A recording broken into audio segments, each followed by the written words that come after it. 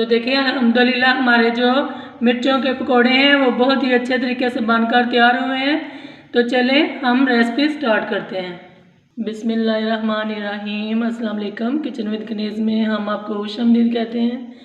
तो आज हम जो आपके साथ रेसिपी शेयर करेंगे वो है मिर्चों के पकोड़े। तो सबसे पहले हमने एक बाउल लिया है, उसके बाद ये बेसन मैंने 1 कप लिया है, ये हम डालेंगे इसके अंदर इस तरीके से। और ये मैंने 1 चम्मच जो है ये मैंने मैदे का लिया है, ये भी डाल लेते हैं। और ये छोटी चम्मच मैंने मिर्चों की ली है और छोटी ही चम्मच मैंने नमक की ली है, तो इससे भी शामिल कर लेते हैं। और ये मैंने धनिया लिया है, खुश्क धनिया लिया है, ये भी मैंने छोटी चम्मच ही ली है। ये मैंने आधी चम्मच हल्दी की ली है और आधी चम्मच ही ज़ीरा लिया है और आधी चम्मच ही ये मैंने अजवाइन ली है, इसे भी हम शामिल कर लेते हैं। इस तरीके से ये सब चीज़ें हमने शामिल कर ली हैं। अब पहले हम इन सब मसालों को बेसन के अंदर इस तरीके से पहले मिक्स कर लेते हैं ताकि ये अच्छे तरीके से मिक्स हो जाएं।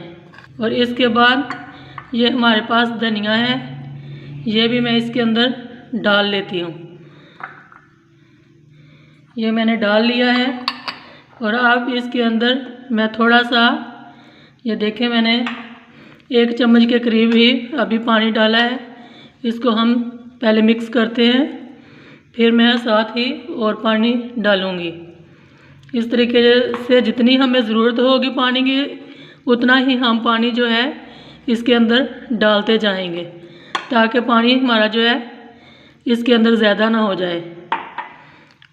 ये देखें इस तरीके से हम इसको मिर्चों के साथ लगाना है, तो हमें थोड़ा सा इसको पतला ही बनाना है और इतना पतला बनाना है कि साथ सही तरह से लग जाए, बहुत ज़्यादा भी पतला ना हो कि मिर्चों के साथ जो है वो लगे ही ना।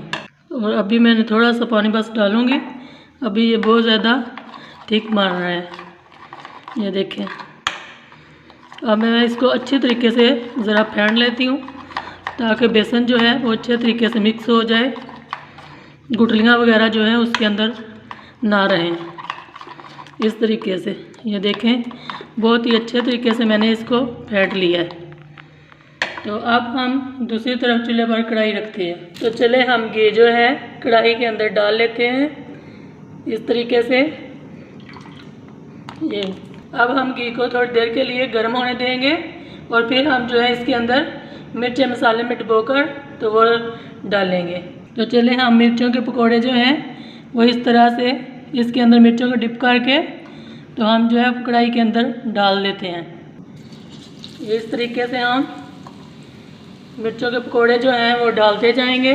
ये बहुत ही मज़े के बनकर तैयार होते हैं। ये जिस दिन आपने घर में दाल बनानी है ये पकोड़े आपने ज़रूर बनाने हैं, दाल के साथ बहुत ही मज़ा आता है इसको खाने का, सब बहुत शौक़ से खाते हैं। तो ये देखें हम इसी तरीके से सारे पकोड़े मिर्चों के बेसन में डिप करते जाएंगे और साथ डालते जाएंगे और ये बहुत जल्दी ही बनकर तैयार हो जाएंगे, ज़्यादा वक्त नहीं लगेगा। तो सारे पकोड़े जो हैं मैंने घी के अंदर डाल लिए हैं। अब मैं इनकी साइड जो है इस तरीके से चेंज कर लेती हूँ।